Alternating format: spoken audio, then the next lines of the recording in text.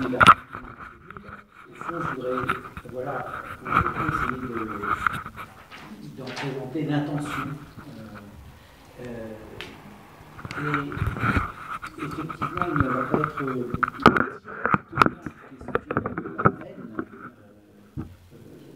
mais cette éthique du survivant, elle est, comment dire, sans qu'il soit, voilà, sans qu'il soit explicitement question de la haine de manière thématique, elle est complètement hantée par cette éthique du survivant, elle est hantée par la dimension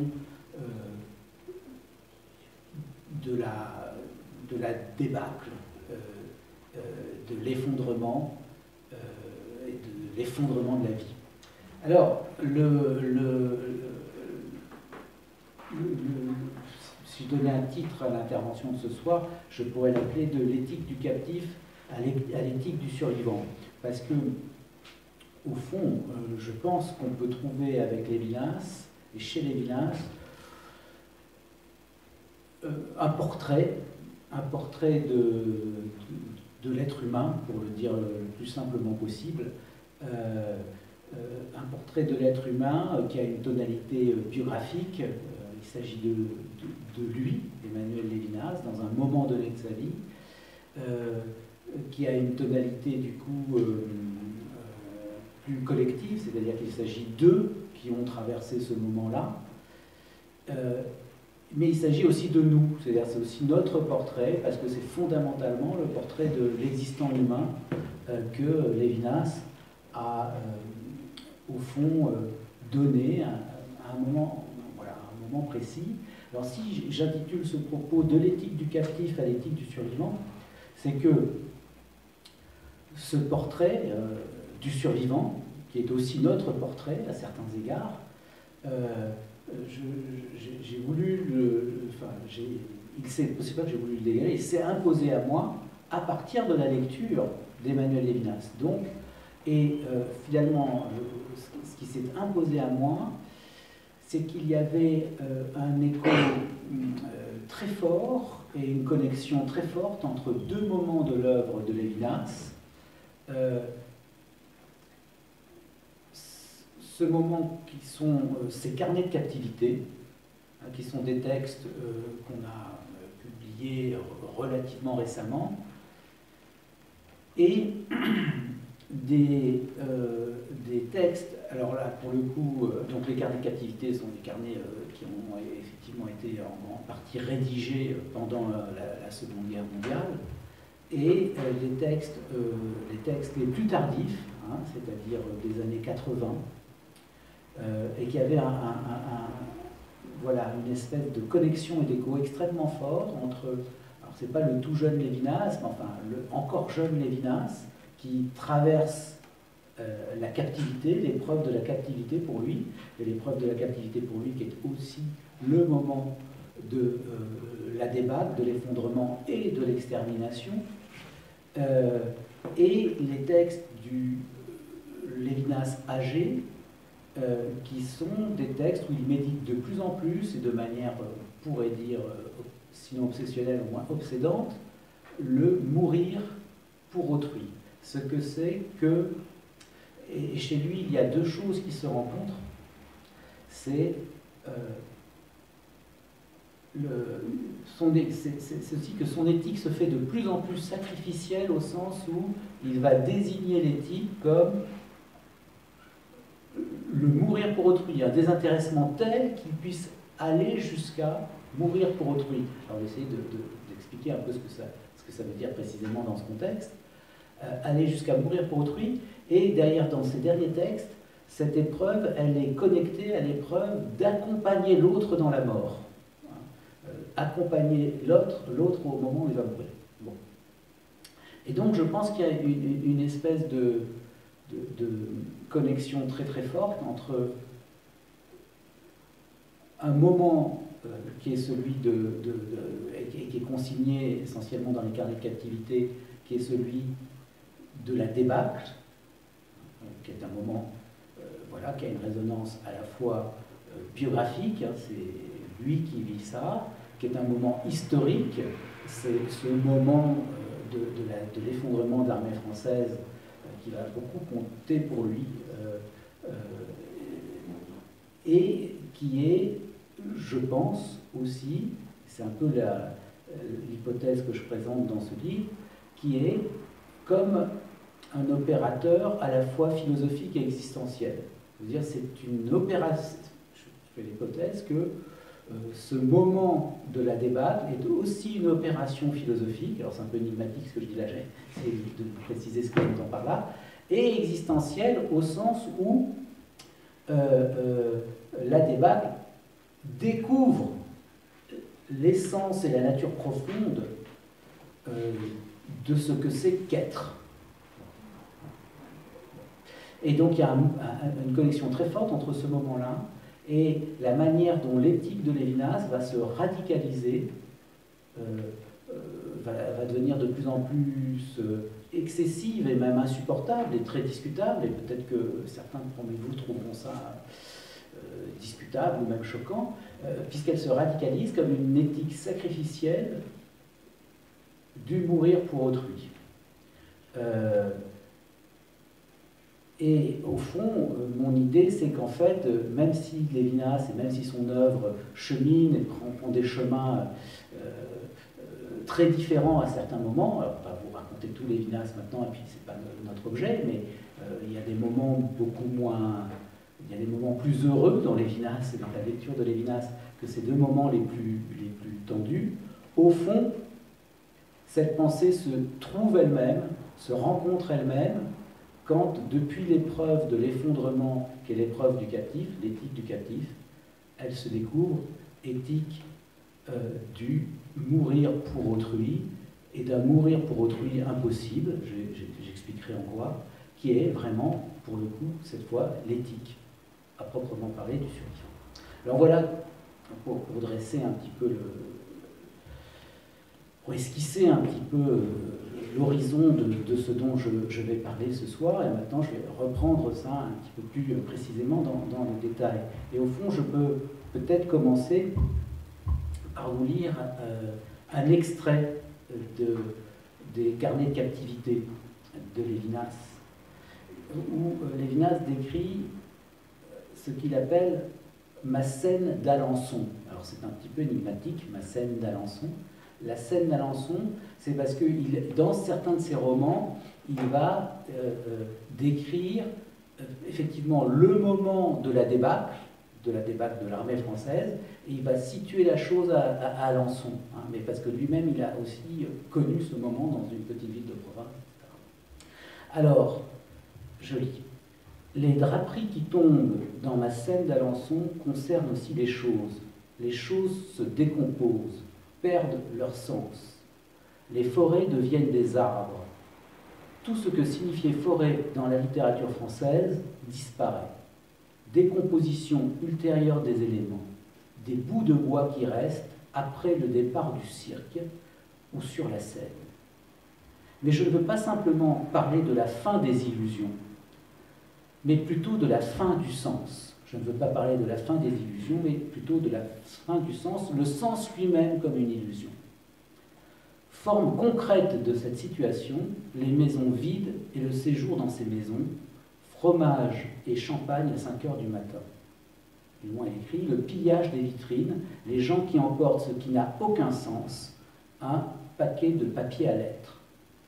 Ce n'est pas la situation du renversement des valeurs que je veux décrire, du changement d'autorité, si vous passez de valeurs qui ont un sens à d'autres valeurs, mais de la nudité humaine de l'absence d'autorité. Donc, voilà, cette scène d'Alençon, elle concentre ce qui se passe lors de la débâcle. Et comme je vous le disais, je pense que cette scène, on peut dire qu'elle a une valeur, la valeur d'une opération philosophique que Lévinas nomme, enfin, non seulement qu'il nomme, enfin, il reprend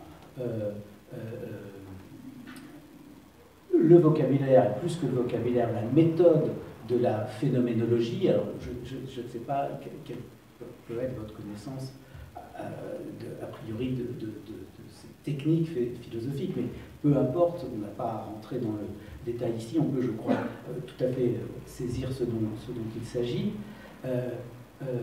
Ce que, en phénoménologie, on nomme l'époquée, en reprenant le terme grec d'époquée, c'est la suspension de la croyance au monde. Donc, quand nous vivons dans le monde, nous adhérons au monde, nous y croyons. Tiens, on croit que les choses existent, on se balade entre elles, on croit que... Et l'opération fondamentale de la phénoménologie, c'est de cesser d'y croire pour voir la manière dont ça apparaît, pour essayer de décrire la manière dont ça nous apparaît.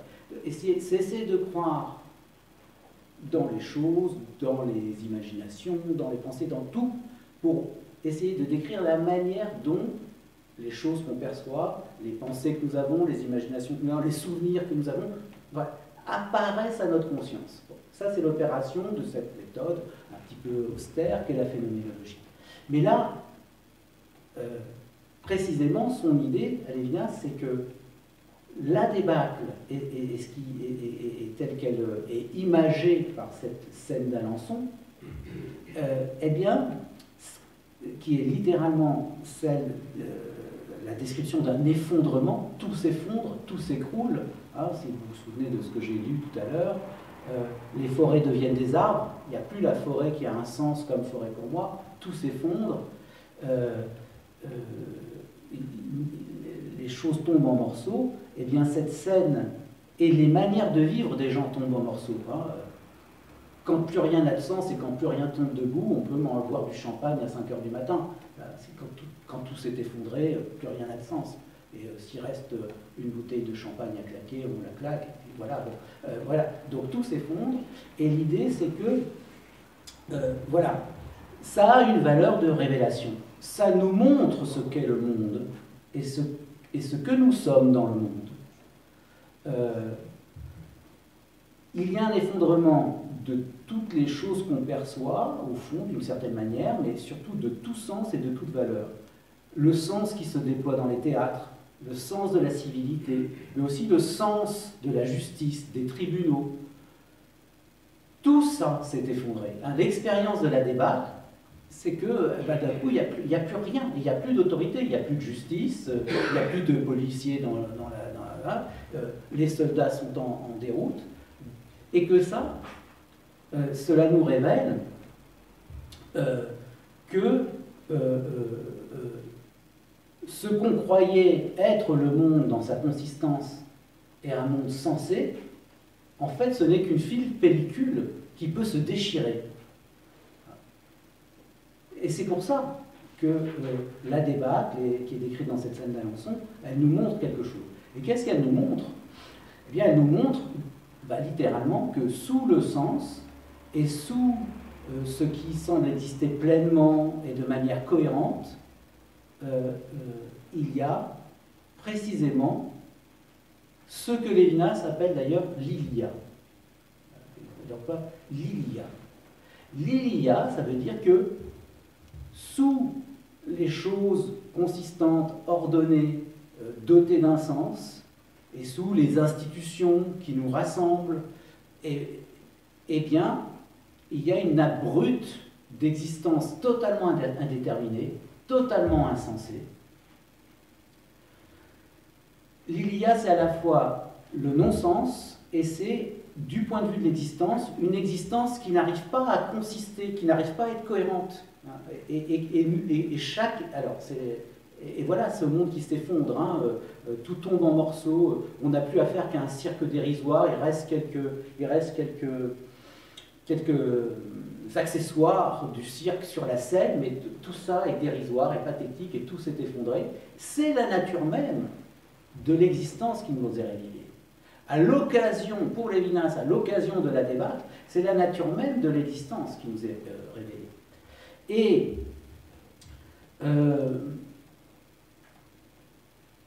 du point de vue de l'existence humaine, si on se fixe sur l'existence humaine, au fond, ce que dit Lévinas, c'est qu'il regarde les êtres humains dans la débâcle. Et les êtres humains dans la débâcle, Ils ont deux caractéristiques en apparence contradictoires, mais en apparence seulement. Ils sont, dit-il, encombrés de bagages dérisoires. Hein, la métaphore, l'image qui revient sans cesse, et c'est ça qui est un peu pathétique. Les gens dans la débâcle, il faut fuir, mais ils emportent un peu n'importe quoi. Alors c'est voilà, du papier à lettres, un truc. Voilà. Ils s'encombrent. Bon. Et donc, à la fois, ils pèsent trop, ils sont complètement embourbés dans l'existence. Ils sont complètement embourbés. Et à la fois, précisément, ils n'arrivent plus à consister, chacun n'arrive plus à consister comme un individu ayant sa consistance et sa cohérence propre. Donc, d'un côté, ils s'embourbent dans l'indétermination d'un petit peu n'importe quoi. Et l'image, c'est ces foules sur les routes qui sont prises dans une pesanteur matérielle, qui n'arrivent plus à avancer, qui tentent d'avancer, et en même temps, personne n'arrive à être lui-même de manière cohérente. Et ce sont, pour Lévinas, des spectres ou des fantômes. C'est-à-dire que cet il y a indéterminé, absurde, insensé, cette manière d'exister sur le mode du bruissement et où rien n'est cohérent, eh bien, elle se traduit par un être fantomatique. Sur les routes, il y a des fantômes. Et la figure du fantôme, qui peut être conceptualisée et pensée de plein de manières différentes, par Lévinas en tous les cas, elle est très négativement connotée. Hein, les spectres, les fantômes, c'est ceux qui n'arrivent pas à exister vraiment. Et d'ailleurs, qui n'arrivent pas, ce sont les êtres qui n'arrivent pas à exister vraiment, pleinement, et qui du coup d'ailleurs ne vont pas arriver à mourir vraiment. Ils sont dans une espèce d'agonie perpétuelle, ils traînent. Ils traînent et ils ne pèsent pas, puisqu'ils n'arrivent pas à consister comme des individus. Et, alors, et peut-être qu'il ne faut pas que je sois trop technique pour vous parler de ça, mais finalement, il décrit, Lévinas, ces fantômes sur les routes, dans l'insensé, l'absurde. Une fois, ce qui s'est passé avec la débâcle, c'est qu'un manteau, une apparence, qui nous semblait le réel, qui nous semblait le réel le plus consistant, eh bien, il s'est déchiré. Nous pensions que nous étions des individus consistants, chacun pour nous-mêmes, dotés d'une cohérence, d'un sens, et qui habitions un monde cohérent et sensé, un monde où les paysages sont bien ordonnés, un monde où la vie entre les individus est bien ordonnée, où il y a une justice, où il y a des théâtres, où il y a... Bon, tout ça s'est déchiré, et cela révèle l'insensé absurde, qui est aussi l'indétermination de l'agonie de spectres encombrés de bagages qui n'arrivent même plus à consister. Et du coup, on comprend que ce que nous dit Lévinas, c'est que c'est cela la vérité de l'être. C'est cela la vérité de l'existence. Que finalement la débâcle, aussi terrifiante soit-elle, a une valeur de vérité. Elle éclaire, elle manifeste, elle fait apparaître ce que finalement on prend le plus grand soin à cacher. Et nous vivons, la plupart du temps, nous vivons et nous essayons de reconstituer ce manteau qui cache la réalité de l'être. Et du point de vue de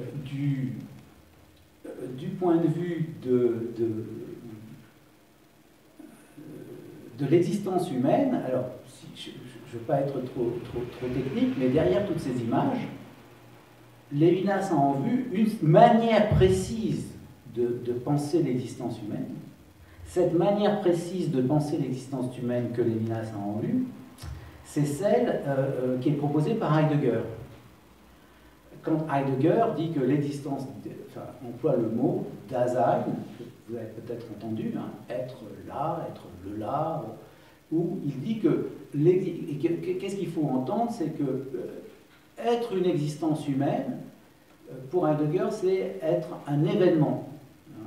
Pour Heidegger, l'existence humaine est d'abord un événement toujours être au-devant de soi, bon, hein, être projet. Hein, bon. Et cet événement, il est toujours lié pour Heidegger à un certain type de souci, Heidegger dit Sorge, bon, enfin, qui est que l'être humain est, pour Heidegger du moins, l'être, parmi tous les êtres existants, il est celui pour lequel, dit-il, il y va en son être de cet être même. C'est-à-dire, c'est l'être qui a préoccupation de son être. L'être humain, c'est l'être qui est en question pour lui-même et qui se préoccupe de lui-même et qui se soucie de lui-même et qui ainsi d'ailleurs est le seul à se poser la question non seulement de son être, mais de l'être en général. C'est quoi être? C'est quoi exister? Ben, l'être humain, il est l'être qui se caractérise par le fait qu'il se pose cette question en la posant d'abord à partir de lui-même. Hein. Je suis cet être pour lequel, en mon être est en question. Et or, Lévinas, de cette description de l'existence humaine, il a une, enfin, schématiquement, mais j'espère pas trop caricaturalement rappelé, il a une lecture très bizarre, qui est très choquante en tous les cas pour les lecteurs de Heidegger, qui ne comprennent pas qu'on puisse lire comme ça, parce que pour lui, ce souci, dire l'être humain est l'être qui se soucie de son être, ça veut dire que finalement l'être humain est une manière de s'agripper à soi. Ce qui est se soucier de soi, être pour soi le souci de soi. Donc tout ce que j'ai dit, c'est sur cette idée que l'existence humaine est une espèce d'événement comme ça, de saut au devant, quelque chose, une espèce de dynamisme, de verbalité, enfin voilà, eh bien Lévinas le retraduit en « Ah oui, mais quand même, au bout du compte, il s'agit de se soucier de soi ». Donc c'est une espèce de crispation sur soi. Il interprète l'existence humaine comme étant une crispation sur soi. Et c'est pourquoi, pour lui, et c'est une hérésie hein, du point de vue de Heidegger, mais peu importe, hein, le Dasein, hein, l'existence humaine, c'est le plus intéressé des vivants. Le vivant tout vivant, hein, ce qui caractérise un être vivant, c'est qu'il s'accroche à lui-même, à la vie, c'est-à-dire à lui-même. Un être vivant, décrivons-le minimalement ainsi, un être vivant, c'est un être qui essaye de continuer à vivre. Bon, et dont l'effort le plus essentiel, hein, c'est de persévérer dans son être. Bon, c'est une description classique du vivant, hein, c'est Conatus Essendi de Spinoza. Bon, voilà, un être vivant persévère dans son être. Eh bien, le Dasein heideggerien, l'existence humaine, c'est l'existant humain, c'est l'être le plus accroché à lui, c'est l'être qui essaye de vivre le plus possible en continuant dans sa vie. Par excellence, plus que tous. C'est cet être complètement accroché à lui. Et du coup, alors évidemment, les Heideggeriens ne seraient pas contents, mais ben, peu importe, on peut même voir ici une figure du survivant. Vous savez, survivant, ça peut s'entendre en plein de sens. Et des sens qui peuvent être différents au point de devenir contradictoires. Mais une figure du survivant, c'est, comme disait, là je reprends cette expression parce qu'elle est frappante, à Elias Canetti, c'est le survivant, c'est celui qui a la méchanceté de vouloir mourir le dernier. C'est quand on est survivant, c'est qu'on a été habité. Hein, qu'est-ce que c'est que vouloir survivre à tout prix?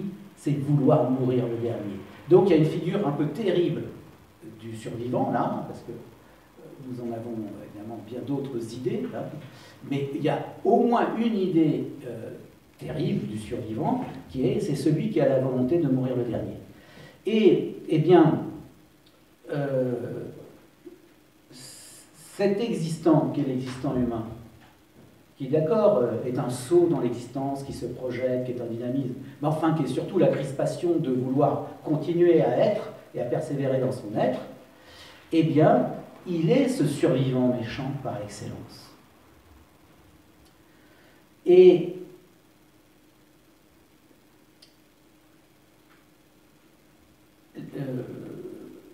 ce que Lévinas a écrit, alors attendez, je recherche ma citation, enfin, si je la trouvais exactement, enfin, sinon c'est pas grave, je la dirai de tête. Enfin, ce que Lévinas a écrit, bon, je vais la dire, pour moi, enfin, je l'ai quelque part là, mais je vais vous la dire en substance, pour moi, le portrait de ces gens encombrés de leurs bagages sur les routes, et plus précisément en déroute, c'est-à-dire dans la débâcle, c'est le portrait du Dasein Heideggerian. C'est la vérité du Dasein Heideggerian. La vérité de cet existant humain comme souci de soi crispé sur lui-même,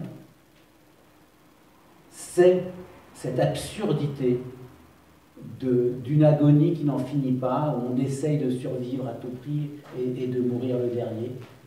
Et c'est frôler ce lieu du non-sens et ce lieu de l'indétermination, ce lieu des fantômes. C'est ça la vérité de l'existence humaine.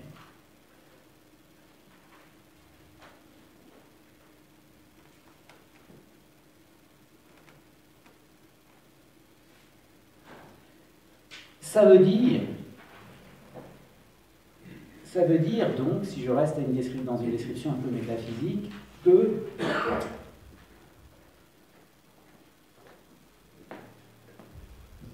bon, il y a un autre philosophe qui n'apparaît pas dans cette page de Lévinas, mais qui est profondément, sans doute, mobilisé de manière implicite, c'est Bergson.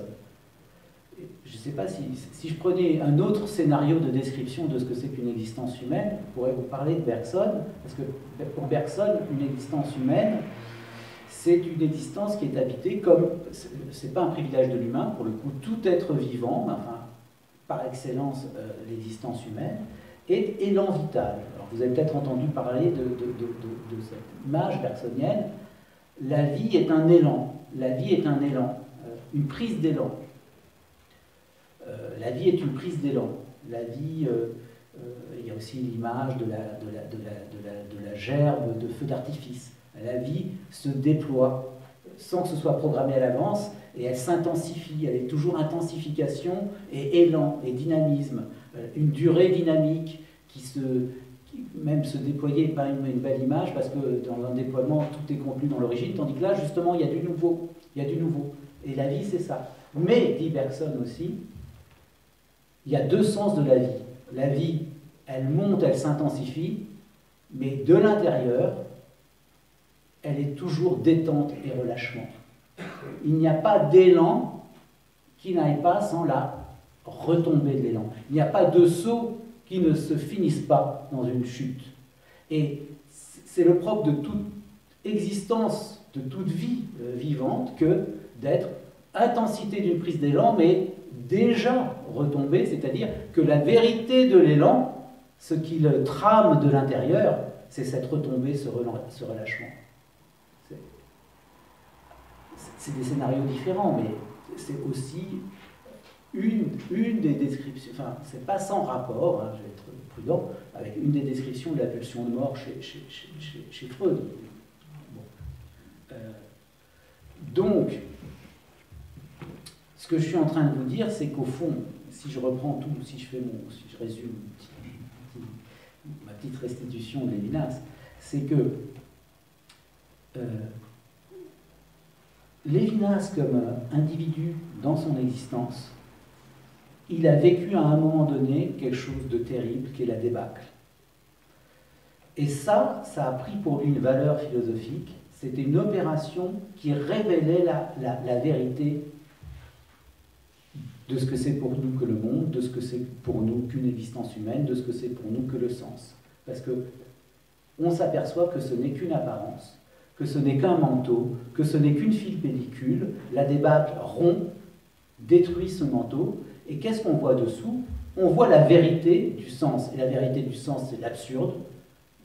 C'est fou qui partent dans tous les sens, précisément, c'est-à-dire dans aucun. c'est l'absurde, c'est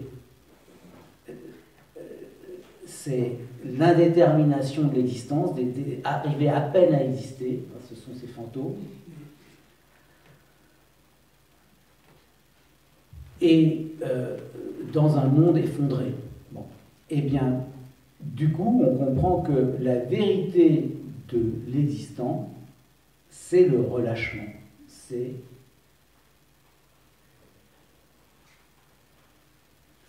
bon, si on disait en termes freudiens qui ne sont pas du tout ceux de Lévinas, c'est la mort, en fait. Et c'est la mort comme relâchement, toujours déjà, du relâchement, du désordre, de l'inertie, de l'incohérence et du désordre.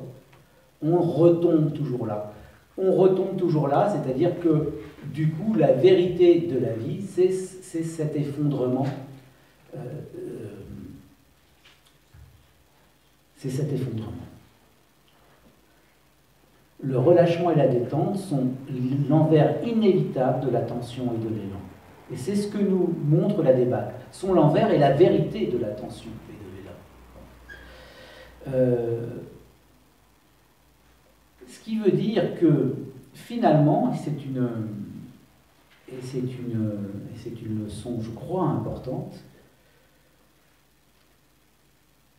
je veux dire, il y a pire que le pire. Je veux dire par là que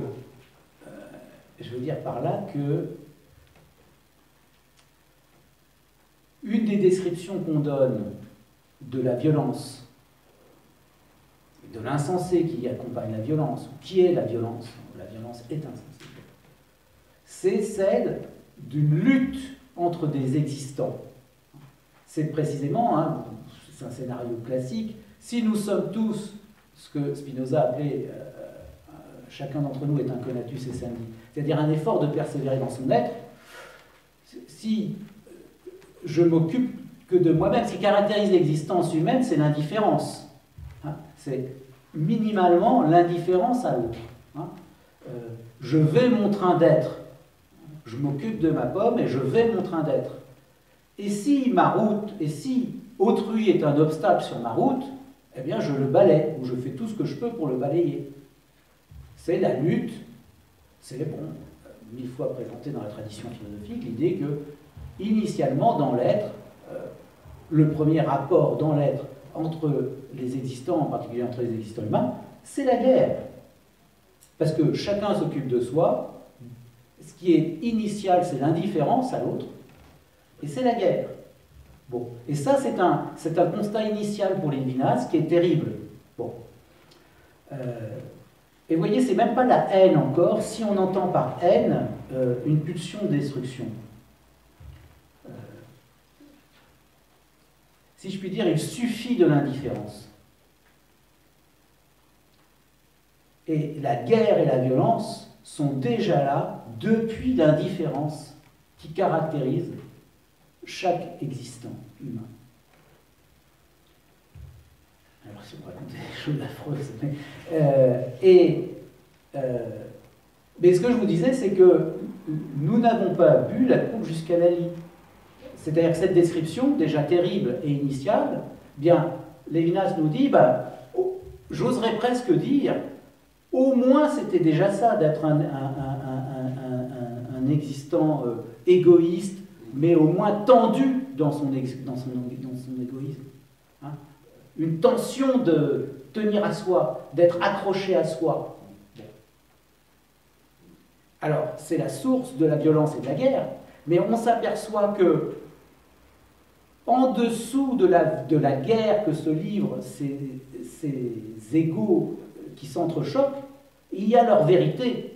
Et leur vérité, c'est que justement, la vérité de tout ça, c'est le relâchement, c'est la détente, c'est les fantômes sur les routes, c'est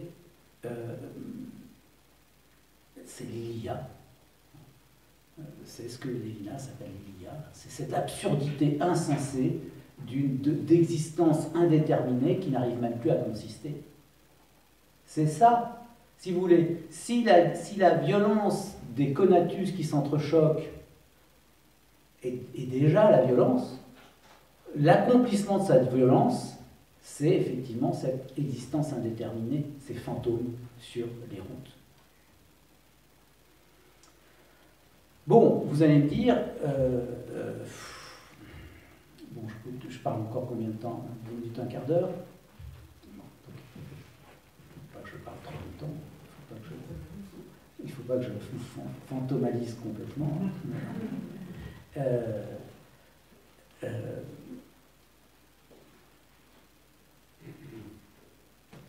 Alors je vais le dire comme ça, je vais vraiment résumer.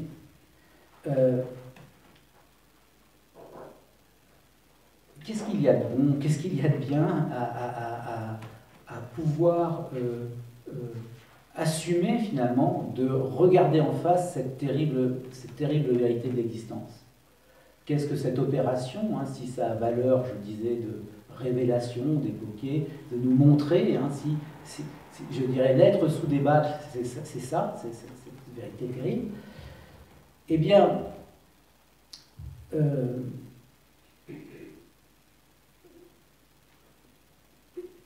il y a cette idée au fond, enfin il y a une espèce de dispositif de pensée dans Lévinas qui est que,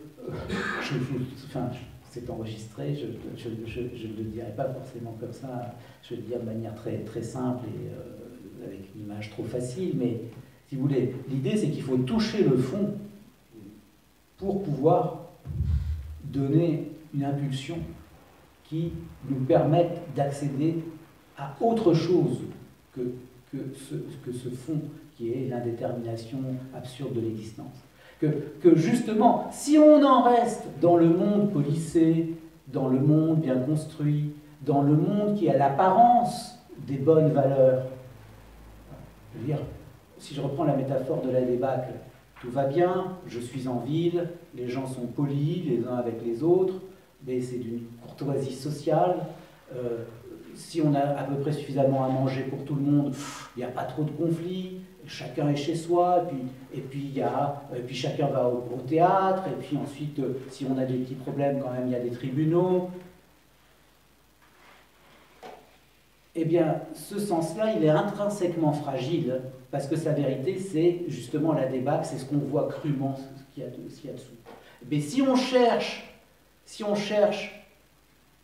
une percée, une évasion qui nous permette de rejoindre une autre manière de comprendre ce que c'est qu'exister vraiment et qu'avoir un rapport vrai au sens, ce n'est pas en restant à l'intérieur de ce monde policé que nous habitons quand tout va à peu près bien que nous la trouverons. Là, il n'y a que des fausses sorties. Il n'y a pas d'évasion possible. Je dirais c'est mieux que rien, ça contient la guerre. La courtoisie, la politesse, les institutions, c'est mieux que rien parce qu'effectivement ça contient la guerre, ça fait en sorte que la guerre ne soit pas ouverte. Mais c'est quand même une guerre larvée. C'est pas l'autre de la guerre, c'est pas en dehors de la guerre. Et si on en reste là, on ne peut inéluctablement que sombrer dans l'absurdité de l'Ilia. Donc si on veut s'en tirer, si on veut s'en évader, si on veut s'en sortir, eh ben, il faut rompre et passer sur un tout autre plan. Et donc, pour s'en rendre compte, il faut avoir bu la coupe jusqu'à la lie, il faut avoir touché du doigt cette absurdité. Sinon, on reste à la surface et on continue à mener sa petite vie à la surface. Ce que la plupart du temps on fait, hein, et d'un certain point de vue aussi, heureusement, je veux dire, on n'est pas... Bon, c'est bien aussi d'avoir cette existence inauthentique, c'est la plupart du temps celle que nous menons, et on ne pourrait pas être toujours soit auprès des fantômes dans l'Ilia, c'est terrible, on ne pourrait pas vivre la débâcle en continu, soit pouvoir aller au-delà. Bon, alors, mais quand même, si nos vies ont un sens là où nous les vivons, c'est-à-dire dans cette zone intermédiaire, si je puis dire, si nos vies ont un sens là où nous les vivons, c'est parce que nous avons rapport à ces deux points extrêmes. D'un côté, l'effondrement dans l'absurdité, mais l'idée, c'est que peut-être, si on a touché le fond, alors il y a une ouverture au-delà, qui passe au-dessus de ce moment intermédiaire qui est celui de la civilité, du monde cohérent, etc. Et alors là, Lévinas, il est, si je puis dire, phénoménologue, au sens où il propose des descriptions. Et alors, je dis rapidement et de deux points.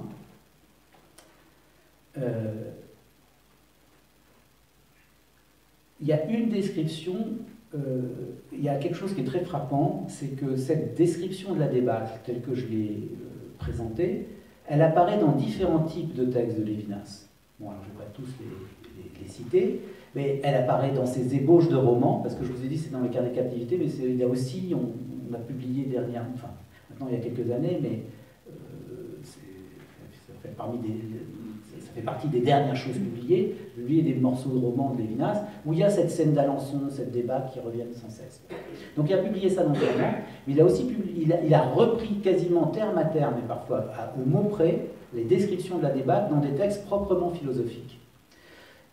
Alors, à propos de Jacques Derrida, alors ça j'en parlerai pas, c'est assez étonnant, mais il décrit la philosophie de Jacques Derrida comme étant la débâcle. Pour un collègue, c'est un compliment qui est un petit peu violent, mais bon, voilà. C'est pas le problème. Et surtout, il l'a décrit dans le petit texte autobiographique qui s'appelle, qui est recueilli dans Nom propre, et qui s'appelle Sans nom. Et dans ce petit texte autobiographique, je voudrais juste vous dire, il y a des très très belles, mais comme il n'y a plus beaucoup de temps, je ne vais pas citer ça, mais si ça vous intéresse, vous pourrez lire ce texte, qui est d'un accès facile parce qu'il est autobiographique, il décrit sa vie. Et par exemple, il va dire une chose, la chose suivante.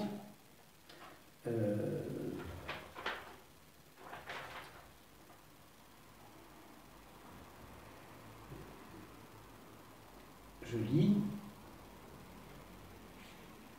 Il va parler de ce qui se passe pendant la guerre, ce qu'il a vécu lui en traversant la guerre, lui protégé par son uniforme de soldat et qui a été dans un camp qui a été en captivité, dans un camp de prisonniers, mais une grande partie de sa famille, elle, est exterminée. Bon. Et donc lui, il est survivant, hein, clairement. Et il dit, comment il écrit ça? Il dit « Interrègne ou fin des institutions, ou comme si l'être même s'était suspendu, plus rien n'était officiel, plus rien n'était objectif, pas le moindre manifeste sur les droits de l'homme. » Ça, c'est la débâcle et la suspension. Il n'y a plus rien. Tout est absurde. Et il parle ensuite, lui, du sentiment qu'il a eu, je cite à nouveau, de l'injustifié privilège d'avoir survécu à 6 millions de morts. Et après, il dit, il y eut la vie dès lors vécue comme un délai de grâce. Mais, dit-il, expression que je reprends, rien n'a pu combler, ni même recouvrir le gouffre béant. Rien n'a. Ça veut dire, là, si je reprends dans le plus facile, c'est-à-dire dans l'histoire concrète de l'individu, et vous voyez la résonance philosophique que ça veut dire qu'une fois que la pellicule a été déchirée, même si ça reprend, même si la vie reprend, cette vie ordinaire, médiane, ben oui, à nouveau, ça va mieux, les institutions se raccommodent, à nouveau, les écoles ouvrent, les théâtres, etc. Mais pour quelqu'un qui a traversé ça, tout ça, c'est dérisoire. Tout ça, maintenant, c'est manifesté comme n'étant plus qu'une fine pellicule. On ne peut pas, même dans la dénégation, on ne peut pas ne pas avoir la lucidité de savoir que tout ça, c'est dérisoire, que rien ne peut vraiment, en fait, recouvrir le gouffre béant. Ça veut dire qu'on ne peut pas s'en contenter, que s'il y a du sens, on sait maintenant que ce n'est pas au niveau des institutions, c'est-à-dire du juridique et du légal, que ce n'est pas au niveau même de la culture, au sens de nous avons des productions culturelles, etc., que ce n'est pas là que le sens se joue. Même si ça compte, même si bien sûr c'est mieux d'être là que sur les routes avec les fantômes, mais ce n'est pas là que le sens se joue. On a compris ça. Et pour le comprendre, il faut passer par cette épreuve, par cette révélation-là. Et alors, Et donc, c'est pourquoi c'est un opérateur important. C'est que maintenant, au moins, on a un gain, c'est qu'on sait que s'il y a du sens et si on peut consister comme un individu, quand on a touché le fond, on sait que ce n'est pas en rétablissement ce monde qui apparaît comme un monde de comédie, qu'on pourra retrouver du sens et qu'on pourra se reconstituer comme un individu. Et décrivant alors, et je vais pour pas vous assommer, je vais résumer la fin de ce que je voulais vous dire, mais décrivant alors, toujours dans ce texte autobiographique, ce qu'il a vécu, Lévinas parle de la désolation du juif. C'est-à-dire qu'en tant que juif, mais alors bon, et là il y a des problèmes méthodologiques très importants et très intéressants, mais que je suspends, c'est-à-dire qu'il parle à la fois du juif dans son existence particulière de juif, parce qu'il se trouve que c'est en tant que juif qu'il est qu'il est pris dans l'extermination. C'est-à-dire que l'anéantissement, c'est en tant que juif, donc c'est dans sa particularité de juif qu'il le vit. Mais en même temps, ce qu'il décrit, c'est ce qui vaut pour toute existence humaine, indépendamment de toute particularité. Il se trouve que là, c'est en tant que juif qu'il est sommé, il n'a pas le choix, il ne peut pas passer à côté de cette expérience terrible. Mais il parle de l'existence humaine en général, et au travers de cela, et donc il parle de la désolation. Et la désolation, c'est que précisément, voilà, l'état de désolation, c'est précisément être en ce point où tout, absolument tout s'est effondré. Et où je dirais même, c'est pas dans la désolation, je ne suis pas seul au monde, je suis même seul sans monde. Plus rien ne fait monde. Il n'y a plus d'entour cohérent. Et dit-il néanmoins, et ça, c'est là justement ce qu'on cherche depuis tout à l'heure, c'est y a-t-il un point de retournement, hein, quand on a été au fond du gouffre, y a-t-il un point de retournement? Et il dit, il y a ces très belles formulations, nous sommes revenus au désert, un espace sans paysage. Et néanmoins, cet effondrement révèle et laisse inentamé ce que comme un point de résidu au sens quelque chose qui résiste, qui ne se laisse pas dissoudre. Tout s'est effondré, mais un point résiste. Alors, il y a la version négative, hein, la version noire, terrible, c'est précisément que le juif, puisque c'est le juif qui fait cette expérience-là, le juif, il est, dit-il, il découvre son existence dans l'être rivé à soi. Être rivé à soi. C'est-à-dire qu'il découvre son existence comme ce dont il ne peut pas s'échapper. Quand vous êtes persécuté, votre être à vous-même est tel que c'est ce à quoi vous ne pouvez pas échapper. Être reconnu comme juif, c'est être voué à la mort. Et j'aimerais m'évader de ça. J'ai envie de m'évader de ça, mais mon existence, elle m'est implacablement renvoyée vers moi-même comme un piège. Je ne peux pas m'échapper. Je cite parce que ces phrases sont très belles. Il s'agit d'un espace réceptacle, de l'espace tout juste fait comme le tombeau pour nous contenir.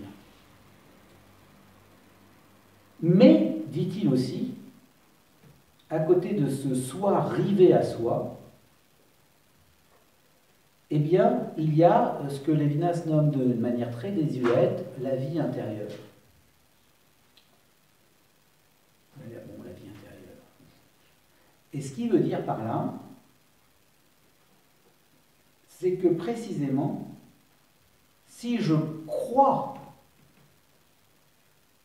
dans le sens, si j'y tiens, si j'y crois,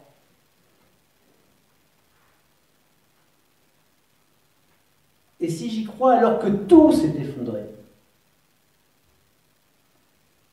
alors je comprends que précisément ce qui fait sens n'est pas dans le monde justement bien ordonné,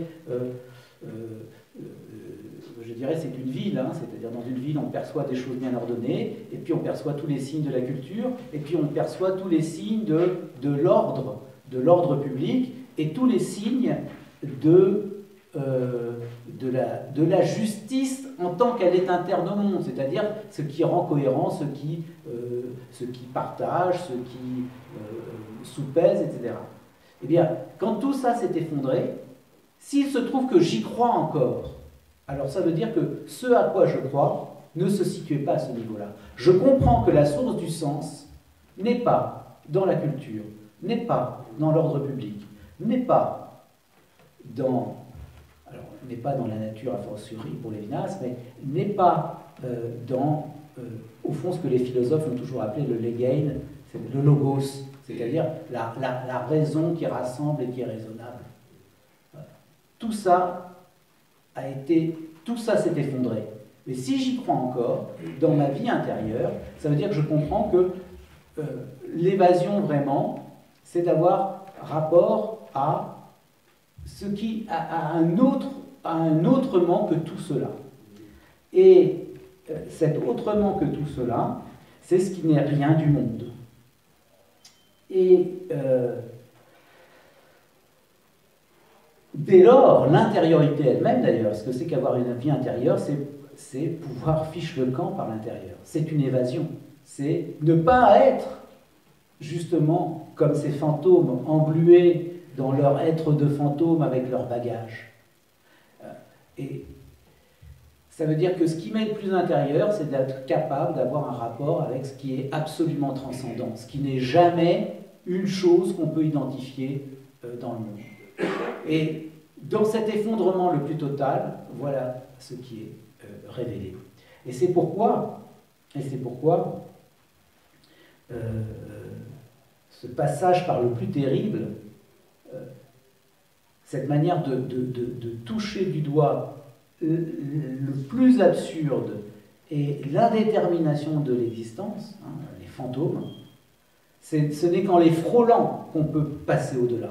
Parce que ce n'est que là que m'est révélée la vraie nature de ce que je suis. Je ne suis pas un être englué dans le monde, je suis celui qui, dans sa vie intérieure, est capable de croire à, c'est-à-dire d'avoir un rapport à tout autre, à un transcendant, c'est-à-dire à ce qui n'est en rien identifiable comme une chose dans ce monde ordonné. Et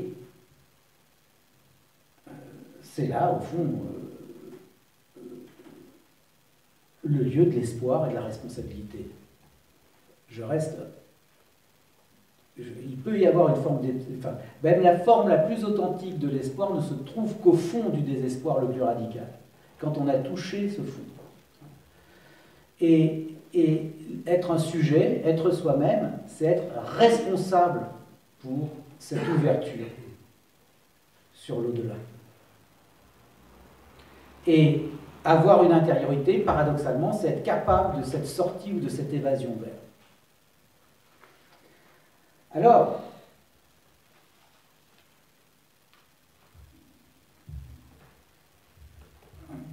il y aurait eu deux choses, mais je ne vais pas vous en parler parce que je ne veux pas complètement être assommant complètement, et puis je voudrais peut-être qu'on ait un petit peu de temps de discussion, mais pour conclure, je vais juste conclure en résumant les deux points que finalement je ne vais pas évoquer de manière développée. J'aurais voulu parler de deux choses aussi. Dans cette scène de la débâcle, il y a une figure intéressante dans l'histoire. Lévinas, alors je vais lire quand même, je vais lire puis je vais laisser résonner, je ne vais pas spécialement commenter. Il dit, alors là je repasse sur le plan de la description concrète de la scène, de la débâcle. Il écrit, un coiffeur à moitié ivre invitait les soldats qui passaient sur la route, les petits gars comme il les appelait dans le langage patriotique, planant au-dessus des eaux ou surnageant dans le chaos. Hein, on est dans le chaos, quelque chose surnage. Eh bien, il les invitait, donc ce coiffeur à moitié ivre, hein, les soldats en déroute, il les invitait, alors je cite à nouveau, à venir se faire raser gratuitement dans son échoppe. Il les invitait à venir se faire raser gratuitement dans son échoppe. Et cette figure, alors il y aurait mille choses à dire, hein, tout est à commenter en fait. Hein. Un coiffeur à moitié ivre, l'ivresse c'est aussi l'inspiration. On surnage dans le chaos. Et qu'est-ce qu'il fait? Alors il y a aussi d'autres phrases hein, là qui sera commentées. Il dit Lévinas, le temps arrivé à sa fin, avec la fin ou avec l'intérim de la France, hein, la France comme institution censée s'est effondrée. Bon, ça c'est c'est ce qui s'est passé dans la débâcle. Mais il dit aussi, et ça c'est le côté sombre, et le côté positif, c'est le titre du paragraphe, c'est aujourd'hui demain. C'est aujourd'hui demain. On rase gratis et c'est aujourd'hui demain. D'où l'expression raser gratis. Oui, enfin il l'a plutôt récupéré. Voilà, oui, il a récupéré l'expression raser gratis. Et justement, c'est le prosaïsme de ce raser gratis qui est très intéressant. Parce que, si je résume, vous voyez bien. Qu'est-ce qu'il dit? Il dit que où est le sens s'il n'est pas dans ce monde policé, organisé, enveloppé dans des institutions? Il est là. Que quelqu'un, et au fond, n'importe qui dans sa plus grande, dans une existence humaine la plus ordinaire et la plus modeste et la plus petite, ça peut arriver. Ça n'a rien de nécessaire, c'est pas garanti, mais ça peut arriver. Il reste, et qu'est-ce qu'il fait? Là où tout le monde s'enfuit, lui reste, et qu'est-ce qu'il fait? Il rase gratis. Alors, vous savez, ironiquement, l'expression en question, c'est oui, on rase jamais gratis en fait. Hein. Quand on dit raser gratis, ça veut dire qu'il y a une entourloupe. Non, il sort justement de la logique calculatoire. Justement de l'ordre rationnel, raisonnable, de l'organisation cohérente des échanges.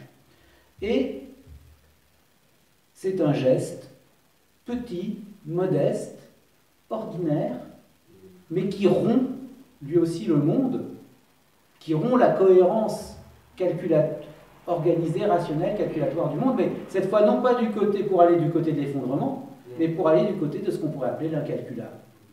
Un pour autrui gratuit. Et s'il y a du sens dans le monde, c'est pour autant que des petites choses comme ça y ont quelquefois lieu, même si ce n'est pas garanti.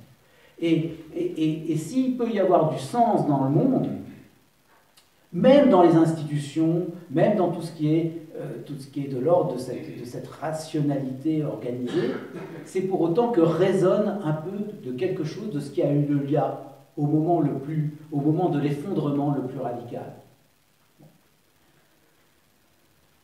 Et c'est cela, quand je disais, il y a une ouverture vers un au-delà. Cette ouverture vers l'au-delà, il ne faut pas se la figurer comme spatialement, on irait je ne sais pas où, ou je ne sais pas quoi. C'est juste, c'est ça. C'est le petit, le modeste, d'un incalculable. Et cela nous montre que ce monde, cette pellicule sensée, ce monde sensé, n'est pas l'alpha et l'oméga, justement, n'est pas le fin mot du sens. Que le sens des institutions, le sens de la culture, le sens de la rationalité est intrinsèquement fragile, puisque sa vérité, c'est l'absurdité qui a été révélée par l'effondrement. Et que donc, pour qu'il y ait du sens, et pour qu'il y ait une subjectivité qui consiste, la subjectivité qui consiste, c'est celle qui est capable, effectivement, je consiste quand je suis capable de ça, d'être comme le coiffeur. Et c'est un modèle, c'est quoi? C'est un modèle messianique pour la subjectivité. Le Messie, c'est moi. Mais le Messie, c'est pas celui qui va mener des armées vers la victoire, c'est celui qui, dans la petite chose, fait la chose inouïe, reste là et rase gratis. Donc,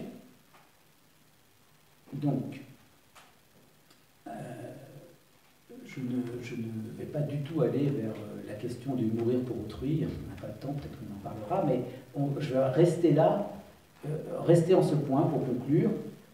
Et voyez cette idée qu'il faut traverser la débâcle,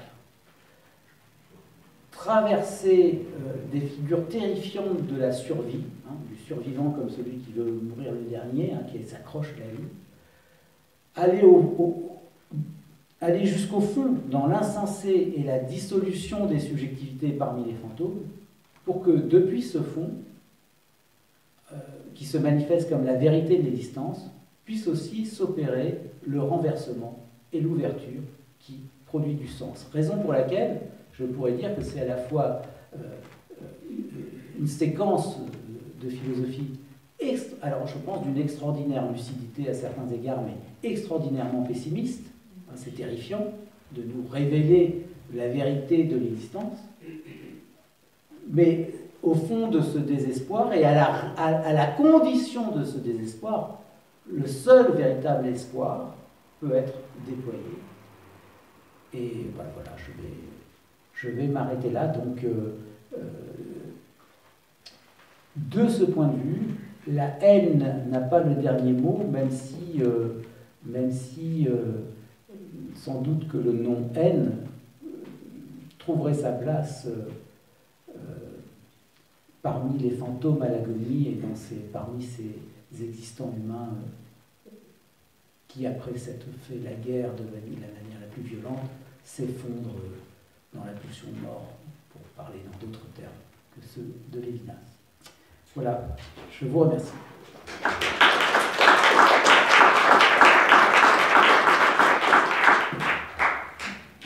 Et du désespoir surgit la vie.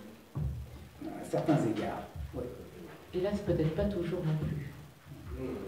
Non, ça n'a rien, en tous les cas, ça n'a rien de garanti. Ça n'a pas garanti.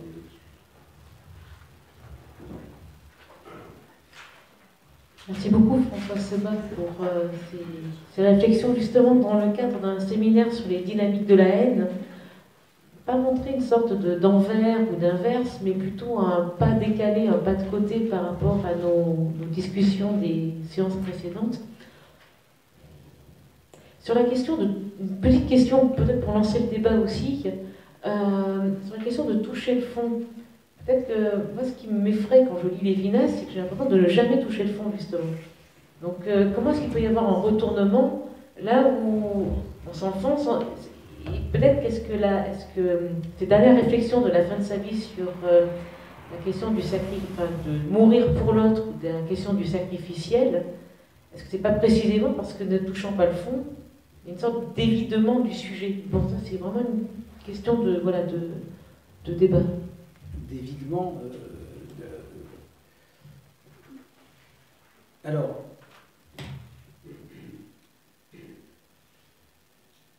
je sais pas, c'est vrai qu'il y a dans la manière dont j'ai présenté les choses une espèce de facilité rhétorique, parce que je pense vraiment que cette idée qu'il faut avoir bu la coupe jusqu'à la lie, c'est-à-dire avoir dégagé toutes les illusions, hein, tout ce qu'on croyait consister,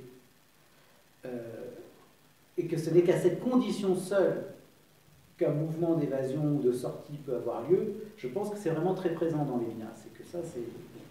Mais il est vrai que si on raffine un petit peu l'analyse, précisément, toucher le fond, c'est quoi? C'est toucher qu'il n'y a pas de fond. C'est-à-dire que précisément, rien ne consiste de manière substantielle. Toute l'axiomatique, hein, toute la manière de penser, qui est d'ailleurs complètement structurante de toute la pensée occidentale, c'est de chercher le fondement, c'est de chercher ce sur quoi tout repose, c'est de chercher les racines. Mais parce que fondement n'est que le nom de la vérité de l'être. Être vraiment, c'est avoir une fondation. C'est pour ça qu'on peut être stable. Donc on cherche le fond au sens du fondement. Or là, précisément, la description de Lévinas, c'est de nous montrer que l'être, il ne faudrait pas dire comme ça, mais si je le faisais parler, je dirais qu'il nous fait croire qu'il est substantiel et qu'il a un fondement sûr, mais ce qui est révélé, c'est qu'il n'en a aucun. Donc, effectivement, c'est vertigineux et c'est sans fond. Mais ce qui est intéressant, c'est que cette figure négative du sans fond fait écho une autre figure, je dirais positive, pour parler dans une axiologie facile, du sans fond. C'est-à-dire que dans ce sans fond, à la condition de ne pas biaiser avec lui, d'assumer que oui, il y a un niveau où tout se défait, eh bien on peut avoir rapport à ce que Lévinas, alors je n'ai pas employé les termes, mais de manière plus technique, il appellerait l'infini ou l'autrement qu'être, en tant qu'il est, pour parler dans les termes de la philosophie grecque, an arché, c'est-à-dire sans arché, sans fondement, sans... Bon. Donc, ce n'est qu'à la condition du sans fond des fantômes, hein, cette indétermination absurde, où je comprends que justement, si je puis dire, le baratin de l'être, ce n'est pas simplement la comédie de la culture, la comédie des institutions, la comédie de l'autorité, c'est aussi le baratin de la métaphysique comme ontothéologie, c'est-à-dire il y a de l'être substantiel, on peut identifier un fondement, etc. Et si on a dissous, on a manifesté que tout ça, c'était une illusion, un manteau, eh bien, ça nous permet d'avoir rapport, effectivement, à un autre sans fondement.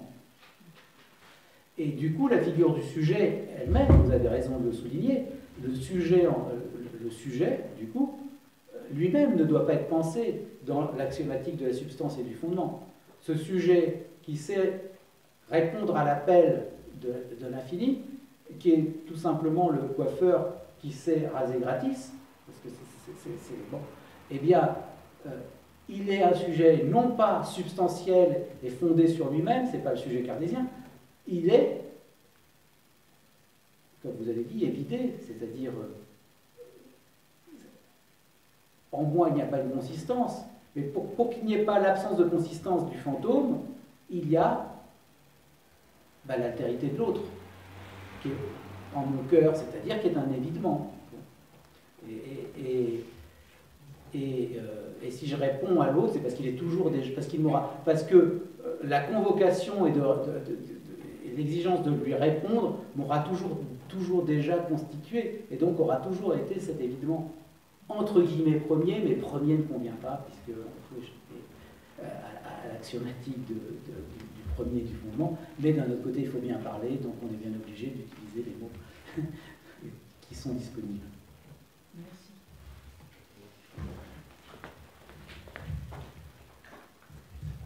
Pour mieux comprendre l'idée du toucher du fond, est-ce qu'on peut le relier à celui qui a la volonté, la méchanceté de survivre, quitte à passer sur un cadavre pour survivre lui-même?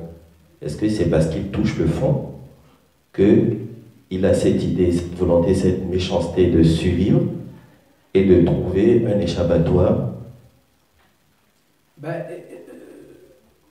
Oui, enfin, vous avez tout à fait raison, parce que c'est exactement ça, hein, la méchanceté de vivre le dernier, les images qui nous viennent, ce sont effectivement les images terribles Alors, vous voyez, il n'y a pas de condamnation d'ailleurs, et chez Lévinas non plus, il n'y a évidemment aucune condamnation morale de cette figure de la survie. Je veux dire, si on a survécu en réussissant à respirer parce qu'on marchait sur les autres à un moment donné, parce qu'on était dans un wagon où on avait évidemment mis beaucoup plus de personnes que ce qui était vivable, personne ne va dire c'est mal d'avoir marché sur les autres. Ce serait non seulement absurde, mais indécent, c'est pas le problème. Mais c'est juste, vous avez raison, que ce que ça montre, ce que ça révèle, c'est quoi être un existant humain? C'est être attaché à soi à un certain niveau de description, c'est être attaché à soi à n'importe quel prix, et même au prix de marcher sur les autres. Bon. Et que ça, c'est la vérité de l'existence. Mais que du coup, la vérité de l'existence, elle est déjà cette absurdité, à la fois c'est le sujet, c'est ça que nous dit Lévinas, c'est que le sujet le plus tendu, parce qu'il faut être dans une forme de tension extrême pour réussir à survivre, hein, à survivre dans ces conditions extrêmes, et qui réussit entre guillemets, s'en sortir au moins à un moment donné. Mais sa vérité, c'est l'absurde. En fait, il marche sur les autres, mais en fait, il est autant un fantôme qu'eux, quoi, parce que la vérité de continuer à vivre dans ces conditions, c'est pas mieux que d'être déjà parmi les agonisants ou les morts. Même si mesurer, enfin, c'est pas mieux éthiquement, mais même si mesurer à l'aune de la vie, bah, c'est effectivement ce qu'on a recherché. Donc oui, de ce point de vue-là, ce que nous dit, c'est que finalement le fantôme comme l'inconsistance et l'absurdité, c'est la vérité de cette figure la plus intense de la survie, qui est vouloir vraiment mourir le dernier. Ça semble le contraire, à certains égards c'est le contraire, mais en fait c'est la vérité de cette figure-là. Quand on est accroché à la vie en rongeant la vie, il y a toutes ces images qui viennent, et ben en fait, de toute manière, pourquoi? Parce que de toute manière, on n'aura jamais le dernier mot, même si on survit à ce moment-là, comme nous savons, à ce niveau-là, on n'avait pas le dernier mot. Donc la vérité, c'est à la fois un truisme et c'est une vérité inesquivable. La vérité de la vie, c'est la mort de ce point de vue-là. En tous les cas, de la vie de chaque vivant. Ensuite, il y a des scénarios où on va absolutiser la vie, du coup, mais la vie, elle ne meurt jamais, où il y a une vie éternelle, etc., où il y a celui qui traverse la mort, et, etc. Bon. Mais phénoménologiquement, quand on décrit, même si c'est pour ça que c'est la vérité, même si ce jour-là, on réussit à être celui qui réussit à respirer un peu et à survivre, de toute manière, la survie n'a pas le dernier mot. Et sa vérité, c'est la détente et la mort. Donc, si on reste sur ce plan-là, c'est l'absurde qui a le dernier mot. Donc, si du sens vient, c'est de rompre ce plan. Voilà, et de passer sur un truc.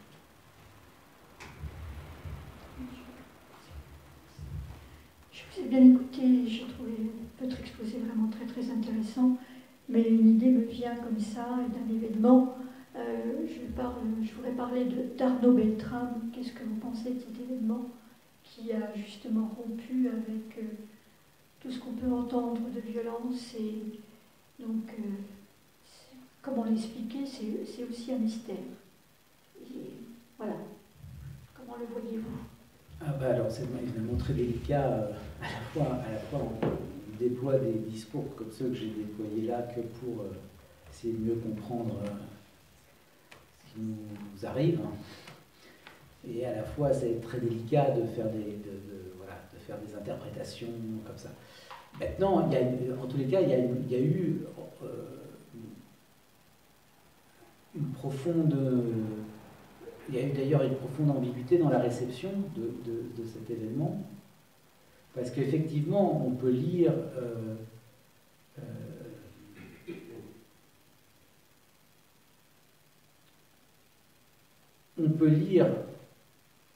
cette conduite sacrificielle comme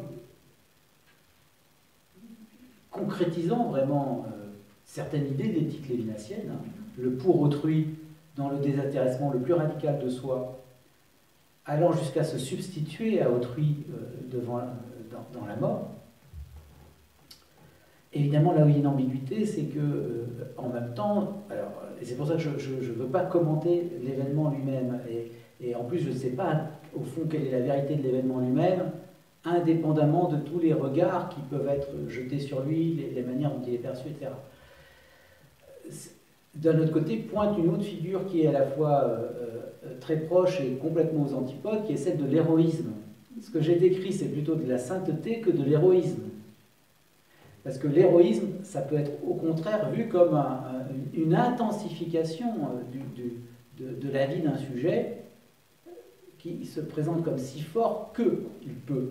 Hein, voyez. Donc, ensuite, moi, sur cette,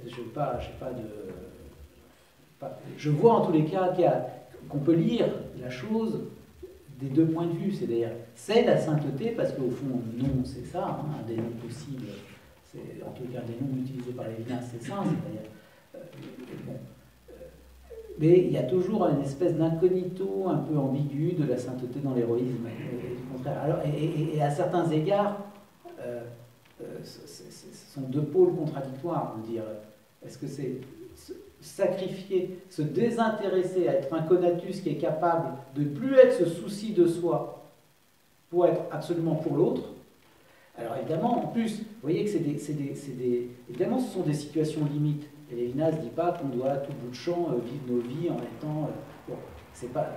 Mais l'idée, c'est que c'est néanmoins que nos vies n'ont de sens que si ça peut avoir lieu.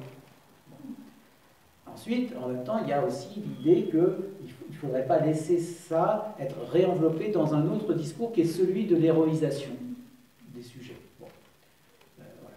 Et par ailleurs, pour rebondir un petit peu aussi sur ce que vous disiez, et justement pour tirer un fil que je n'ai pas directement tiré là,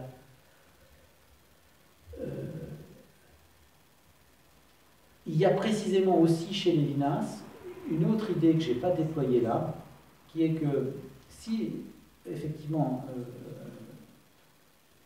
cette radicalité du geste incalculable de la vie qui est capable de se sacrifier pour autrui, en même temps, Lévinas a vraiment la lucidité de dire deux choses.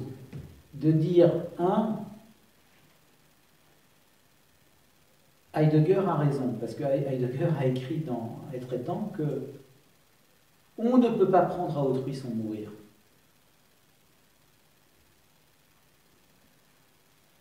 Ça fait quand même aussi partie de... Alors là, c'est justement la description heideggerienne. L'authenticité d'une vie humaine, c'est que on peut pas esquiver la mort, ou en tous les cas, même si on passe la plupart du temps de notre existence à l'esquiver, à biaiser avec elle, à ne pas y penser, etc.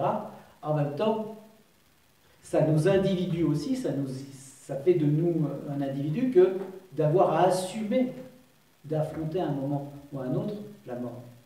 Et donc, il y a quelque chose j'oserais presque dire de fou, de vertigineux, il y a une folie dans l'idée et il y aurait une naïveté à dire, je sais que mon rapport à autrui, parce que je ne l'ai pas du tout décrit comme ça, mais enfin, cette action incalculable, quand je suis convoqué par autrui, c'est que me dit autrui, que me dit le visage de l'autre, puisque Lévinas, c'est ça, j'ai réussi à parler 1h30, Lévinas sans dire visage. Il appelle, il dit aide-moi à ne pas mourir, aide-moi à rester en vie. C'est quoi l'appel, l'aide? C'est ça, toujours, c'est aide-moi à ne pas mourir, à rester en vie. Mais on sait une chose, on sait qu'on ne doit pas biaiser avec cet appel. C'est celui qui donne du sens, c'est cette rupture, c'est ce saut dont je parlais tout à l'heure. Et en même temps, on sait qu'on ne pourra jamais répondre, on ne pourra jamais répondre absolument de manière accomplie, puisque je peux sauver autrui en telle ou telle occasion, je peux l'aider en telle ou telle occasion, mais enfin une chose est sûre, je ne lui économiserai pas de mourir. Je vais peut-être éviter qu'il meure à cet instant, mais si le cri d'autrui c'est aide-moi à ne pas mourir, il y a un moment où nécessairement je serai impuissant, et donc cette éthique sacrificielle d'aller jusqu'à mourir pour autrui, en même temps, d'un certain point de vue, elle est inéluctablement vouée à l'échec. Mais elle est vouée à l'échec dans l'être, dans ce qui est. Bien sûr, je ne peux pas voler à autrui sans mourir, je ne peux pas mourir à sa place, et il n'est pas souhaitable d'ailleurs que je prétende lui économiser ça en un sens, parce que, en fait, ça pourrait conduire qu'à des espèces de vie inauthentique où je permettrais aux gens de ne pas avoir assumé le tragique de l'existence. C'est pas rendre service en un sens. Vous voyez, c'est pas permettre de vivre pleinement humainement, c'est ne pas faire l'économie du tragique de l'existence. Même si évidemment la plupart du temps, tout à l'heure j'irai manger au restaurant, je rirai, et c'est une vie humaine biaise avec ça, mais bon, c'est légitime. Mais bon, en même temps, ce que dit Lévinas, c'est que néanmoins, dans la petite chose, et même en sachant qu'au bout du compte, je n'éviterai pas la mort, dans le petit geste incalculable de l'aide, du secours, etc., eh bien, je ne sais pas comment dire, dans le temps de ce geste, il y a une dimension qui s'ouvre où la mort elle-même est vaincue. Et le rapport à autrui, et c'est là qu'il y a un rapport authentique à autrui. Et c'est pour ça que ma vie a un sens. D'accord, je vais mourir, d'accord, je n'économiserai pas à l'autre au bout d'un moment de mourir, mais s'il se passe des choses comme ça, hein, comme le coiffeur, là, à ce moment-là, et même si c'est fragile, ténu, alors on passe sur un autre plan, et c'est ça vraiment le rapport à la signification.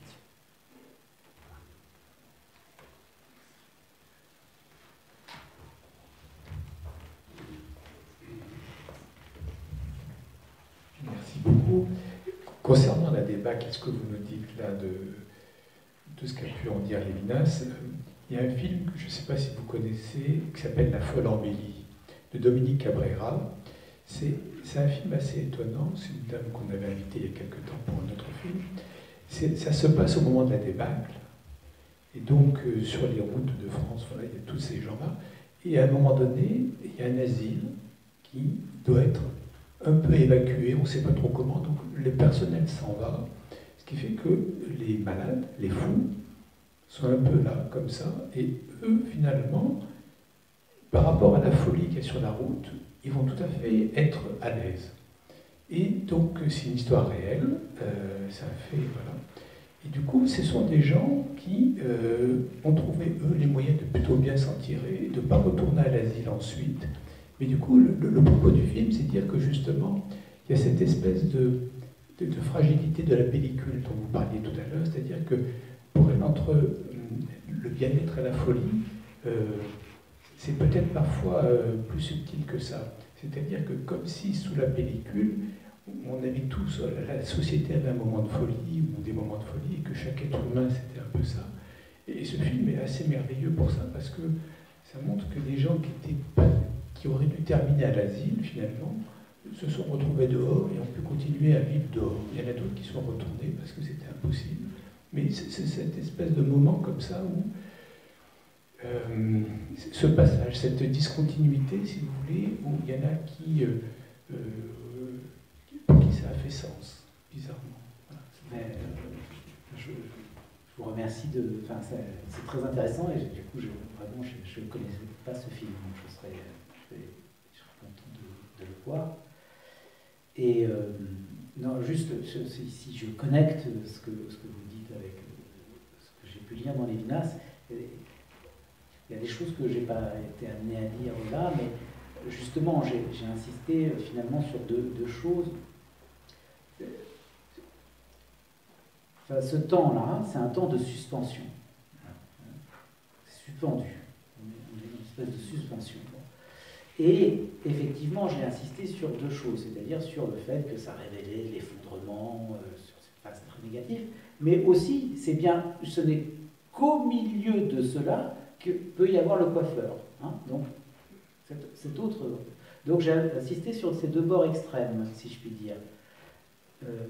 Et un certain type de folie, d'ailleurs. Le coiffeur, à moitié ivre, c'est un certain type de folie. Bon. Mais il y a aussi d'autres figures dans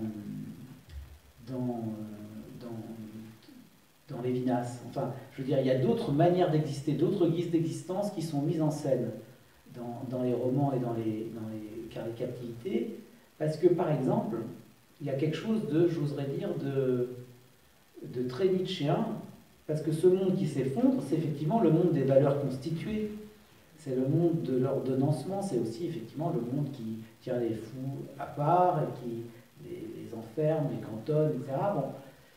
Et, dit Lévinas, c'est pourquoi il y a une ambiguïté. Moi, j'ai insisté sur le caractère négatif, mais il y a aussi, dans ce temps un peu flottant et en suspension, il décrit par exemple un personnage qui est un personnage qui vit une existence totalement légère et libérée, parce que ça permet ça aussi, pendant un entretemps.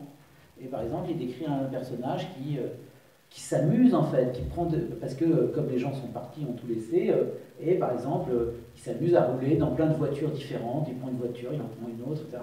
Donc il y a aussi une des facettes de ce temps suspendu, c'est aussi une espèce ça peut être aussi une espèce d'existence libérée d'un certain point de vue, libérée des carcans justement de ce monde ordonné.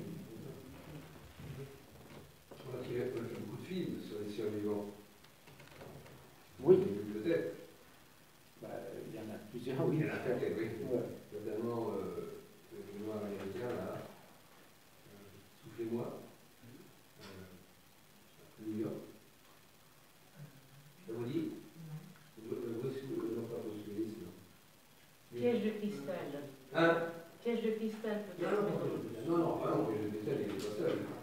Il est seul, là. Ça, je pense que je ne connais pas. C'est le survivant, après une catastrophe, il se seul à New York. Oui, alors. Son sort, il n'est pas enviable. L'état du survivant n'est pas enviable. Sauf celui qui va, comme vous dites, momentanément, profiter, comme vous dites, il va faire ça. Il va rouler, il va profiter de tous les biens auxquels il a accès, bien sûr, mais évidemment, l'absence des autres va évidemment lui défendrer du groupe. Il va s'habiller. Donc, d'où la nécessité de vivre avec les autres. Absolument. Donc, oui, je dis qu'à terme, la situation du survivant n'est pas enviable. Certainement. À moins évidemment, qu'il y ait cette transcendance. Cette transcendance qui est d'ailleurs le rapport authentique à l'autre, hein, elle est nulle part ailleurs, c'est que ça. Donc, oui. Mais peut-être, pardon, parce qu'en fait la parole doit un petit peu circuler aussi.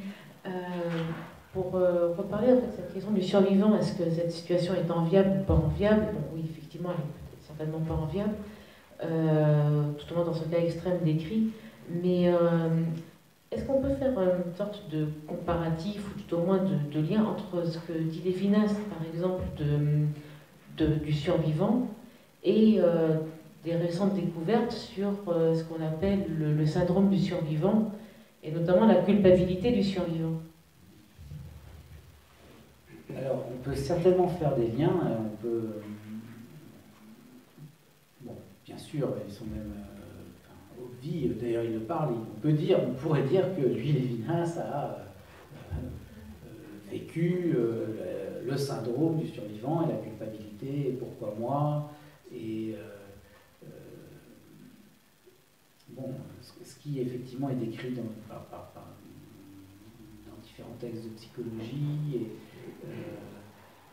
ce syndrome du survivant, il est d'ailleurs mobilisé dans plein de contextes. Il y a les survivants, je ne sais pas, aux catastrophes, aux attentats, etc. Mais il y a aussi, on peut dire, on a dit que, par exemple, les enfants nés après, alors j'ai oublié l'opération, enfin, on peut procéder à une certaine opération qui consiste pour éviter une maladie mortelle ou terrible de nature génétique à prélever plusieurs œufs et puis ensuite ne réimplanter que un embryon dont on s'est assuré qu'il n'était pas porteur de la maladie en question, hein, du tri. Voilà. Et ensuite, la question a été posée de savoir est-ce que certains de ces enfants, s'ils étaient mis au courant de leur histoire, vivaient dans la culpabilité du survivant, etc. Bon, qui est fondamentalement de la culpabilité, mais du pourquoi moi. Est-ce que ça peut impliquer d'ailleurs dans le rapport ensuite aux autres, dans la manière de vivre avec les autres, parce que cette culpabilité, elle peut en fait induire un certain type finalement de violence et d'agressivité par rapport aux autres. Bon, mais ce qui me semble important, c'est que tout ça est vrai et justifié, enfin on peut vraiment faire des parallèles, mais c'est que ce que raconte Lévinas ne soit pas, si j'ose dire entre guillemets simplement, c'est déjà très important, mais un scénario psychologique et individuel. Ça serait de la résilience. Voilà, et que la question ne soit pas effectivement ensuite comment on peut réussir à vivre, c'est que ce soit une espèce de description, je dirais, métaphysique, dans un certain sens, et existentielle, hein, qui nous dit la vérité de l'existence humaine. Ce n'est pas des aventures psychologiques qui arrivent à des individus où il s'agit d'ailleurs de savoir comment on peut s'en sortir. D'ailleurs, le problème de Lévinas n'est effectivement pas celui de la résilience. C'est pas comment on peut se récupérer après ça, etc. Bon. Et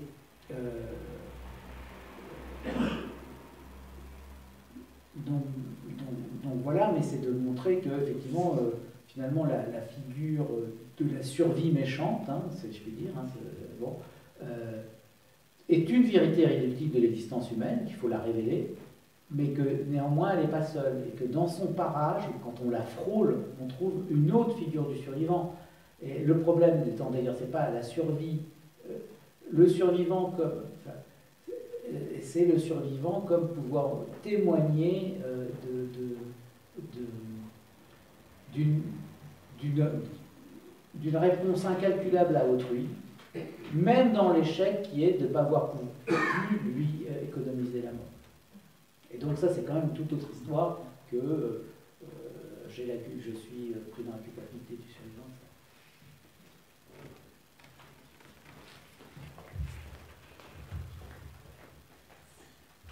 Moi, je suis un tout petit peu, je ne connais pas Lévinas, mais je suis un tout petit peu intriguée quand vous avez dit finalement j'ai prononcé mon visage. Et est-ce que vous pouvez me dire en quelques mots, peut-être, j'ai l'impression que c'est important chez Lévinas, qu'est-ce qu'il nous dit avec le visage, l'image Oui, je peux, enfin, quelques mots, mais je peux dire quelques mots, je ne peux pas dire tout ce qu'il y a à dire, mais d'ailleurs c'est bien aussi de parler de Lévinas sans employer le mot visage, quelquefois, parce que, enfin moi d'ailleurs, ça fait longtemps que je travaille sur cet auteur, et au début je ne parlais jamais de visage, parce que ensuite j'ai réassumé de parler de visage à propos de Lévinas, mais je vous dis pourquoi je dis ça. C'est parce que le moment où la pensée de Lévinas c'est relativement, mais pour autant qu'une pensée de philosophe se popularise, et le moment où ça a été le cas, ça a vraiment été parce que Lévinas a parlé du visage d'autrui. Il a dit, il a décrit et il a rendu accessible sa pensée en disant finalement tout ce que je décris, et finalement voilà le coiffeur, on pourrait dire ça comment? Le coiffeur, il répond à un appel, et comment cet appel se présente? Il se présente d'abord comme le visage d'autrui. C'est-à-dire que autrui m'appelle dans son visage. Le visage pour Lévinas, c'est à la fois ce qui justement peut... Il n'y a qu'un visage humain. Alors ensuite, on pourrait parler des animaux, etc. Chaque mot prononcé est une invitation à de nouveaux problèmes. Est-ce que les animaux ont un visage? Est-ce que certains animaux ont un visage? Enfin, disons comme ça, le visage humain, au fond, et ça on oublie de le dire souvent, mais il n'y a qu'un visage humain que je peux avoir envie d'écrabouiller. Qu'est-ce qui excite? Qu'est-ce qu'on peut avoir envie de tuer vraiment? Ce qui est vulnérable. Qu'est-ce qui peut exciter justement la haine, pour le coup? Ce qui est vulnérable, c'est pas très drôle de taper dans une pierre. On fait de temps en temps, taper dans un mur. C'est vraiment envie de tuer ce qui est vivant. Ce qui est vivant par excellence. Le vivant qui est par excellence, c'est le vivant qui se manifeste dans sa vulnérabilité, dans sa fragilité. Et ce que décrit Lévinas, c'est là aussi un processus de retournement, si on peut ainsi dire, qui est que ce n'est que justement parce que le visage humain se présentant devant moi peut exciter ma pulsion de destruction, qu'il est aussi ce qui peut me désarmer et me commander « tu ne tueras pas ». Et que le visage humain, et que donc le visage, il est effectivement l'appel d'un vivant en vue, enfin, il est la première manifestation, ou expression, disons expression, il est l'expression, la première que je rencontre, avant tout langage articulé, et avant toute demande articulée dans des mots qui sont porteurs d'une signification. Là, vraiment, je suis dans la palade, aide-moi. Non, il suffit d'ouvrir les yeux, s'il y a un visage, et ben il dit tout ça sans avoir besoin de le dire. Il est ce que je peux avoir envie de tuer, mais aussi ce qui me désarme et ce qui m'appelle à l'aide. Et répondre au visage, répondre à cet appel, de quelque manière que ce soit, déjà simplement en témoignant qu'il y a cet appel. Le simple fait de le recevoir, de témoigner que oui, il y a cet appel. Et ensuite, dans la petite chose, comme le coiffeur, simplement en faisant ce qu'on peut. Bon, et bien c'est ça pour Lévinas, disons, c'est ça l'éthique. Il n'y a pas d'autre définition d'éthique que ça, que cette expérience-là. Et l'éthique est le noyau de nos vies et le noyau de toute signification. C'est-à-dire que s'il y a justement à nouveau, on pourrait redire, s'il y a un peu de sens encore dans les discours des philosophes, dans la justice rendue dans les tribunaux, dans les pièces de théâtre, ce n'est que par rapport à ça, à cette intrigue-là. Il faut que ça ait lieu. Et le visage, c'est ça.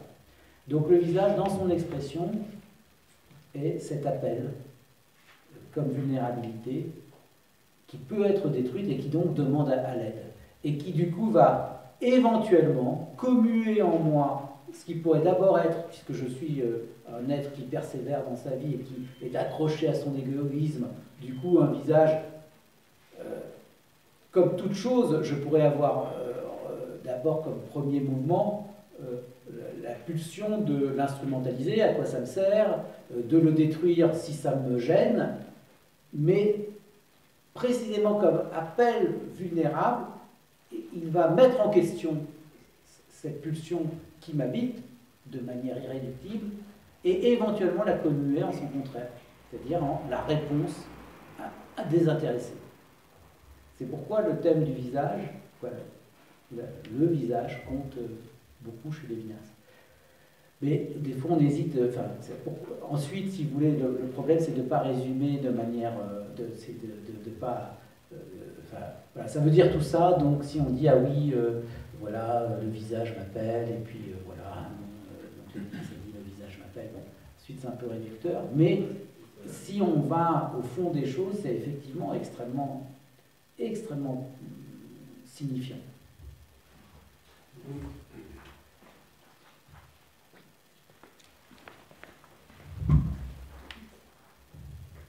J'aimerais rester sur cette idée de visage, mais est-ce que vous pourriez expliciter l'idée de l'épiphanie du visage? Est-ce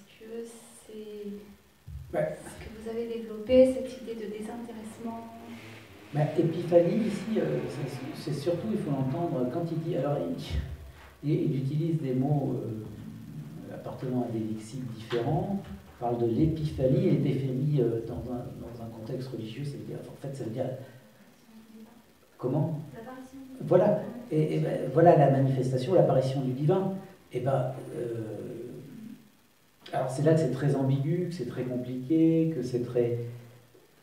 Mais déjà, il faut, je pense, comprendre que le visage, dans un premier temps, on pourrait dire, il apparaît comme le divin apparaît, c'est-à-dire dans l'interruption des manières normales, de droit commun d'apparaître.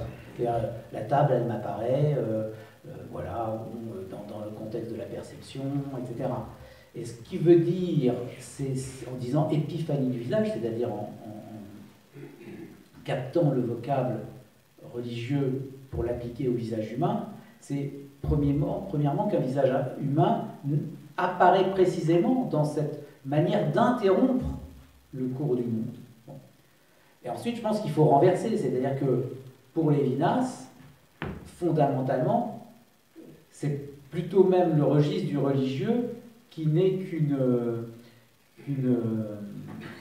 concrétion dérivée de cette expérience originaire que nous pouvons avoir, que par moment, ça apparaît de manière en interrompant la cohérence ordonnée du monde depuis la perception. Qu'en fait, l'expérience... Dieu n'est, d'ailleurs, en tout cas c'est ma lecture de Lévinas, c'est entre guillemets, Dieu n'est que, alors il faudrait éviter le restrictif, mais n'est qu'un nom pour cette expérience. Dire Dieu, c'est nommer cette expérience.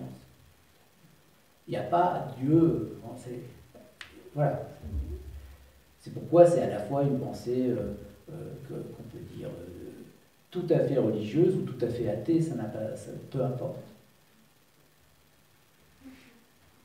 Merci beaucoup François Sebah pour ce débat très très riche. Donc merci à tous pour votre participation. Merci à vous. Merci beaucoup. Avant de nous quitter, une petite annonce pour la prochaine séance du séminaire Les dynamiques de la haine. Donc la séance n'aura pas lieu ici à l'Institut Rachi, mais elle aura lieu au campus des Comtes de Champagne. Oui, parce que maintenant c'est la nouvelle appellation du Centre universitaire de Troyes. Donc c'est une séance qui sera animée par Roland Gori. C'est une séance en partenariat entre Actualité de la psychanalyse à Troyes, les campus Comtes de Champagne et l'Institut Rachi. Donc encore une fois, donc, la séance aura lieu au campus dans un amphithéâtre, je crois que c'est l'amphi 4. Alors, je ne sais pas si un membre de APAT veut dire quelques mots. Donc en tout cas, pardon, ça sera à 20h comme d'habitude. Et ce sera le 3 avril. Mercredi 3 avril à 20h. Excellente soirée à tous. Oui, attendez, oui. Oui, bien sûr. Oui, je ne sais pas pourquoi. Roland Gori m'a absolument... une sorte d'obsession là, de Roland Gori. Et c'est vraiment honteux pour Georges Zimra que nous recevons la semaine prochaine. Donc oui, ici à l'Institut Rachi, nous recevons donc Georges Zimra dans le cadre des dynamiques de la haine à 20h et autour de son livre Les religions à l'épreuve de la modernité. Donc voilà, donc rendez-vous mercredi prochain à 20h. Merci à tous, bonne soirée. Alors,